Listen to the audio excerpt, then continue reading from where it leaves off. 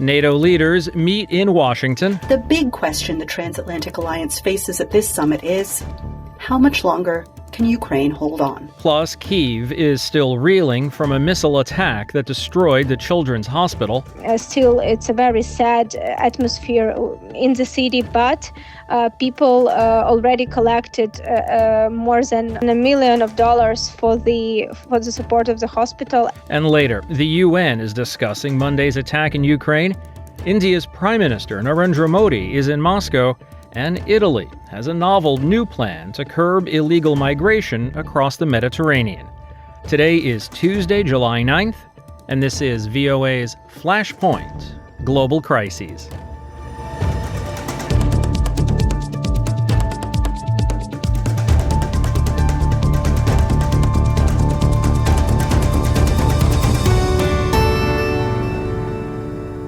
Good evening, I'm Steve Karish in Washington. President Joe Biden welcomes members of NATO this week for a summit aimed at planning for Ukraine's future defense, and some observers say Trump-proofing it if Biden were to lose the November election amid growing doubts over his future. VOA White House correspondent Anita Powell reports from the White House. The big question the transatlantic alliance faces at this summit is, how much longer can Ukraine hold on?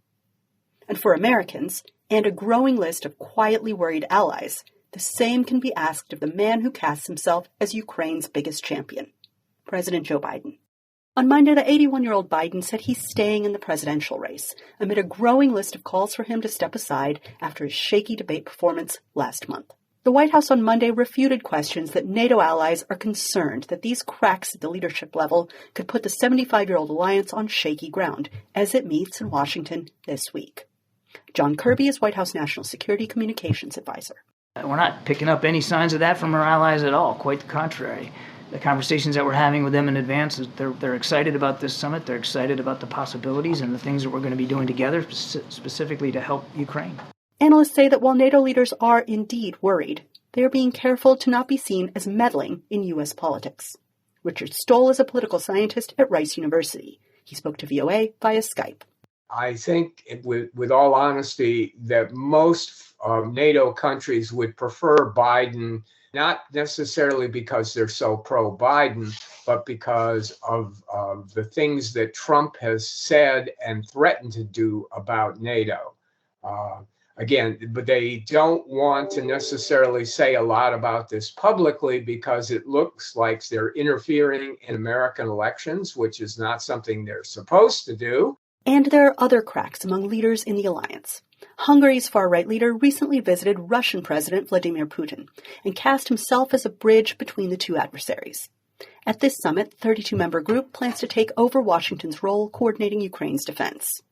Viktor Orbán is Hungary's prime minister. Hölgyeim és uraim, az elmúlt 2,5 év során fogytak és mára alig maradtak olyanok, akik mindenkivel, minden háborúzó féllel tudnak beszélni.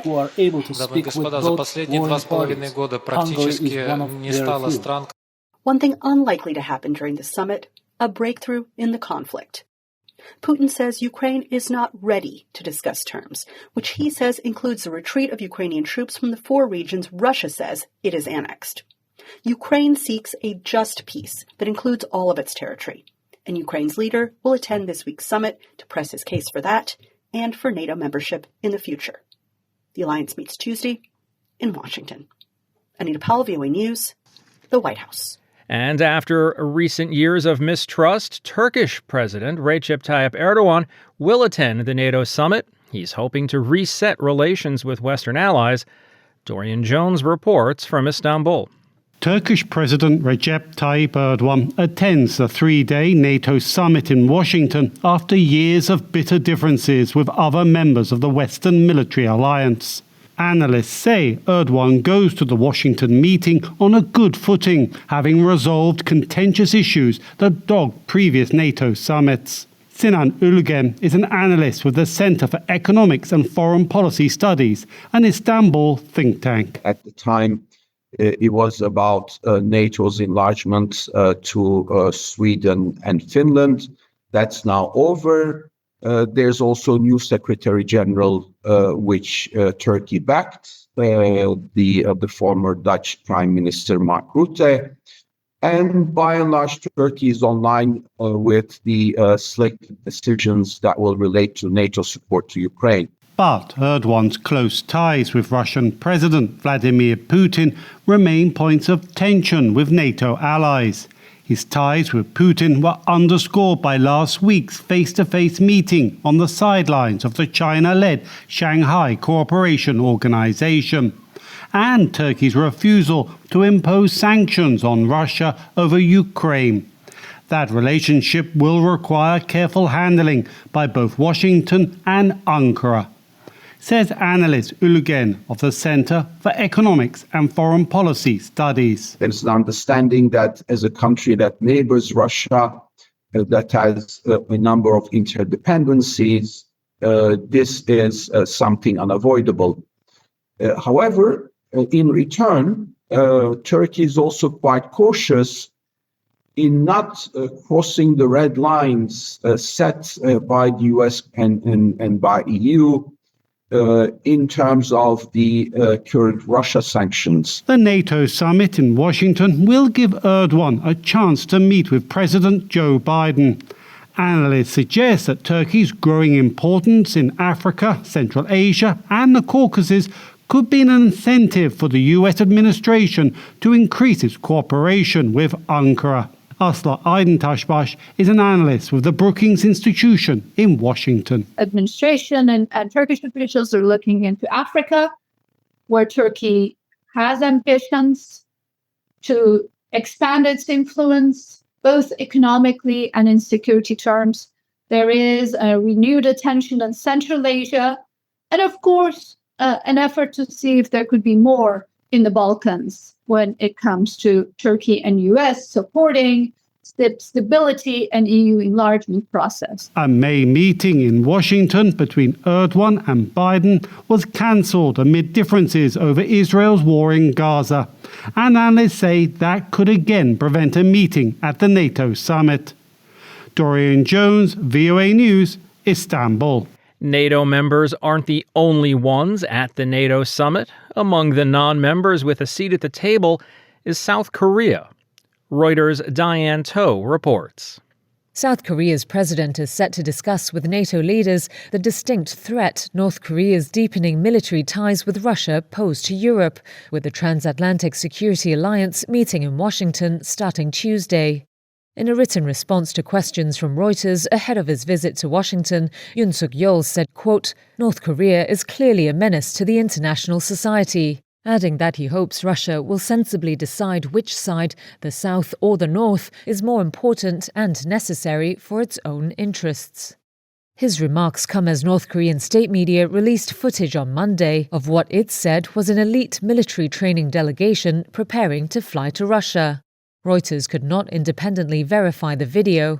KCNA said it was the first such exchange between the two countries since their leaders signed a pact in June pledging closer military cooperation. Seoul protested the treaty at the time as its relations with Moscow soured while Pyongyang grew closer.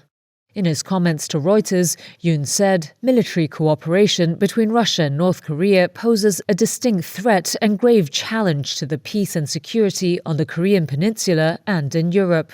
He added that Seoul would make a decision on weapons support for Ukraine based on how Moscow and Pyongyang's new military pact plays out. In response to Yoon's comments, Russia said it fully disagreed. A Kremlin spokesman said in a post on social media, Moscow supports building good relations with its neighbors, but South Korea has imposed sanctions on Russia while the North is a partner. Yoon has pushed for greater security ties with Europe and other US allies to deter North Korea's nuclear and missile threats. He has also looked to boost the South's role in global security on issues such as Russia's invasion of Ukraine and the US-China rivalry. That's Diane To of Reuters reporting for us. And as we mentioned earlier, Ukraine will be among the topics discussed at the NATO summit, particularly after Monday's deadly barrage of missiles from Russia that struck, among other places, the country's largest children's hospital. For more on what it's like in Kyiv the day after, I spoke with VOA's Anna Chernikova. The 9th of July is the day of mourning in Kyiv and in other cities as well, but Kyiv mainly because Kyiv was hit terribly and a lot of casualties and a lot of people injured after the attack. The Ahmedid Hospital is the leading children's hospital in all Ukraine, but particularly, of course, in Kyiv, and also emotionally for Kyiv citizens is a very, very special place, and you can understand that from the fact that thousands Kyiv citizens came on the 8th of July to the scene right after the shelling was over to help a rescue team and doctors to save children from under the rubble. Still, it's a very sad atmosphere in the city, but people already collected more than $1 million for the support of the hospital. Now, Monday's attack was a massive attack. It was all across Kyiv, all across Ukraine. The hospital might be the most famous of the targets that was destroyed, but it's not the only one. Can you give us an update on the rest of the country, the damage done, the death tolls elsewhere? So in Kyiv, it was not just Ahmedid Children's Hospital. Also, residential building was hit. According to the information from local authorities, the hit was due to the debris fall, but it was really bad fall and bad hit. At least 12 people were confirmed killed. The residents of the building. Rescue operation is still ongoing. Also, another hit of the medical institution happened during the second wave of attack. It was a building with 2 hospitals located in there, maternity hospitals mainly, and at least 7 people were confirmed killed there, with dozens other injured. Also, not just Kyiv, but also the city of Dnipro and the city of Kryvyi Rih were under attack. And according to the latest information, at least 11 people were killed in the city of Kryvyi Rih. And also, as it happens usually for the past months of the Russian attacks, a lot of energy infrastructure was damaged and destroyed. And in Kyiv particularly, and on the 9th of July, more energy problems are also caused by the attack in Kyiv and around Ukraine as well. Now, one of the other conflicts going on in the world, in the Middle East, between Israel and Hamas, the Israelis have also targeted hospitals, and they've received large amounts of international condemnation. And their response has been, look, Hamas terrorists are using the hospitals as bases. Has there been anything coming from the Russians about why the children's hospital, the maternity hospitals were targeted yesterday? Well, actually, Russian authorities and Russian officials, as always, said that they were targeting military objects or military bases. This is official statements and this is official position. Again, as I was at the scene, no military targets even close and in the area is located. So. My final question for you, Anna. The NATO summit is getting ready to start later on Tuesday here in Washington. President Zelensky is going to make an appearance later in the week. Even if Monday's attack hadn't happened, Ukraine certainly would have been on the agenda, would have been something the world leaders were talking about. But certainly there's more urgency to it following Monday's attack. What is Kyiv looking for at the NATO summit? Yeah, it's an important event, and Ukraine was preparing for it, and people were expecting it to happen and expected certain decisions about Ukrainian future in NATO to be taken. And after Monday's attack, actually, here in Kyiv, there are a lot of discussion that after Monday's attack, it might be that at least the allies will reconsider the restrictions which are upon Ukraine to use for the use of the long-range missiles, which were provided by the allies, and a lot a lot of people here in Ukraine and also officials were commenting on that there is hope that maybe this latest attack would make allies remove these restrictions. This is one of the hopes actually, because to be honest, there is not really much hope that NATO summit, the one that started today, will actually start negotiation process for Ukraine to join NATO. But there are some expectations that at least it will be a strong announcement and a strong decision, a statement by all the member states that Ukrainian future is in NATO. This is definitely what Ukrainians are hoping for. We'll leave it there for today. Anna Chernikova is in Kyiv. Anna, as always, thanks for your time today. Thank you, Steve.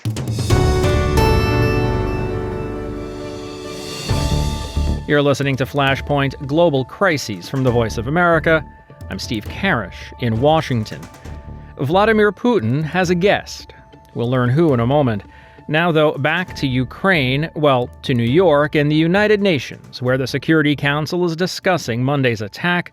I'm joined by VOA's United Nations correspondent, Margaret Bashir. Right. Well, we heard from the acting head of the UN Office for Humanitarian Affairs, and she detailed some of the damage to the facility.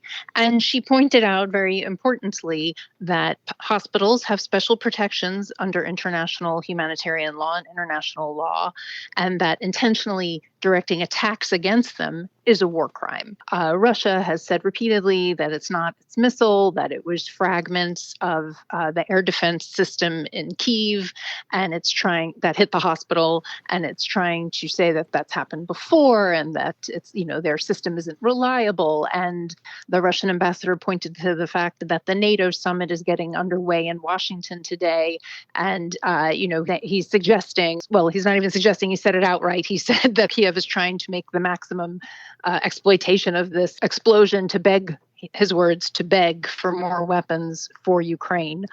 So he's trying to suggest that the Ukrainians have staged this to get sympathy while NATO is meeting in Washington. Most of the members, Western and otherwise, have condemned the attack, have said that this needs to stop. You can't attack civilian infrastructure. Now, I understand the meeting is still going on as we're speaking, but what can we expect as a possible outcome of the meeting? Will there be a resolution? Will there be a vote?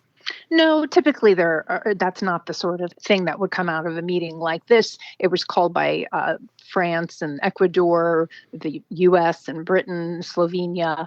They wanted a briefing on what happened. They want to just draw attention to it. They don't want to let an atrocious attack like this just pass with the day's headline. Ukraine is speaking right now. And in fact, the Ukrainian ambassador held up some photos that he said show the trajectory of this cruise missile that the Russians fired at the hospital. And he's showing some other fragments, partial serial number, some other things that he says back their accusations that this was indeed a Russian missile that hit the hospital. And we'll leave it there for today. VOA's Margaret Bashir at the UN in New York. Margaret, thanks for your time today. Okay, thanks. In other Russian news, Moscow authorities said on Tuesday that an arrest warrant has been issued for Yulia Navalny, the widow of opposition politician Alexei Navalny, on a charge of taking part in an extremist group's activities. Navalny was also added to Russia's wanted list. The move comes less than 2 weeks after Navalny was elected to be the head of the Human Rights Foundation. The decision means she would face certain arrest if she ever set foot back in Russia. The NATO summit in Washington isn't the only international diplomacy going on. India's Prime Minister Narendra Modi is in Russia, visiting with President Vladimir Putin. Kylie Vaughn tells us what they're talking about. Prime Minister Narendra Modi said India's relationship with Russia is based on mutual trust and respect during his 2-day visit with President Putin that began on Monday. The two discussed energy cooperation between the two countries, economic and strategic ties, as well as the ongoing war in Ukraine. Following the lethal strike on the Children's Hospital in Kyiv on Monday, Modi told Putin that the death of innocent children was very painful to see. He said every person who believes in humanity feels pain when they see the death of children, and that the site is extremely horrific. India has refrained from criticizing Russia over the war so far and has increased its purchases of Russian oil despite Western sanctions, while urging Ukraine and Russia to resolve their conflict through dialogue and diplomacy. India has become an increasingly important partner for Moscow as it shifts its trade away from the West and seeks to demonstrate that the Western attempts to isolate Russia have failed. Although Modi's visit coincides with the NATO summit in Washington, a senior Indian foreign ministry official said last week that there was no significance in the timing, and Modi's visit was part of a long-standing calendar of summits between the two countries. Kylie Vaughn, VOA News. And finally today, Italy's government is trying a new development-focused approach to prevent migrants from attempting to cross the Mediterranean from Africa. Analysts say the plan, if it works, could serve as a model for all of Europe. VOA's Henry Wilkins reports from the Italian island of Lampedusa, where residents are welcoming the measure. Italian fisherman Partenico Vincenzo was at sea one morning in 2022 when he spotted a boat of 24 migrants trying to cross to Europe from Africa. He sailed to it, and before he knew it, the migrants were jumping onto his boat. There was nothing else to do but help them, he says. He says he was thinking about the migrants' families and thought about the fact that we are on this earth only once, he says, so have to help each other. He says he did everything he could. Vincenzo is not the only Lampedusa fisherman who has become an accidental rescuer of migrants in this sea. Fishermen here, along with Italian authorities, pick up migrants almost every day. About 95,000 migrants arrived on Lampedusa over 12 months, starting June 1st, 2023. Since January, the Italian government has put in place a new policy known as the Mattei Plan to try and stem the flow. Italy hopes the plan will redefine its relationship with Africa, stimulating development and creating jobs, and deterring migrants from leaving their countries of origin. Maddalena Procopio is with the European Council on Foreign Relations. Is exactly this, using public funds to improve the investment climate. Africa needs investments. Addressing irregular migration is a main concern for Italian Prime Minister Giorgia Meloni, who needs to appease the far-right voters who got her into office 2 years ago. If it works, analysts say the development-led approach could become a model for the rest of Europe. No individual European country is able to compete with other international players, China, Gulf countries. Back in Lampedusa, which is closer to Tunisia and Libya than mainland Italy, activists say something must change.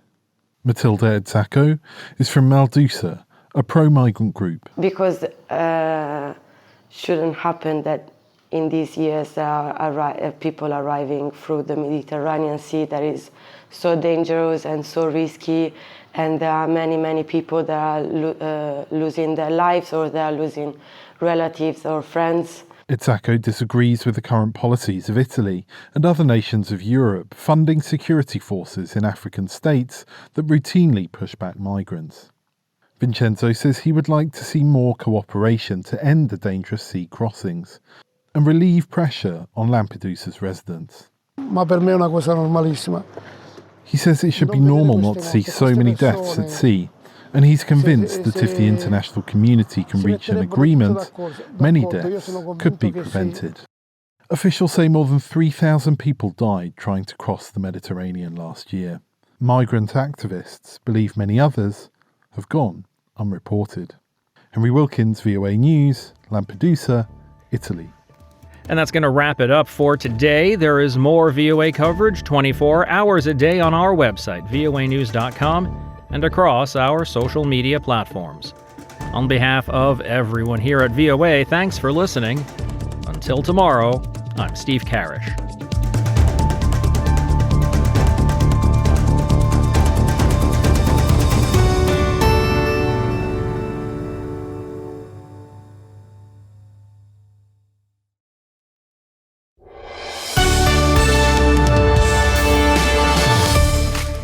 For deeper dives and expert analysis, listen to VOA Podcasts. Issues in the News explores the biggest stories every weekend, while International Edition keeps you informed every weekday. Plus, with the 5-minute newscast at the top of every hour, you're always up to date.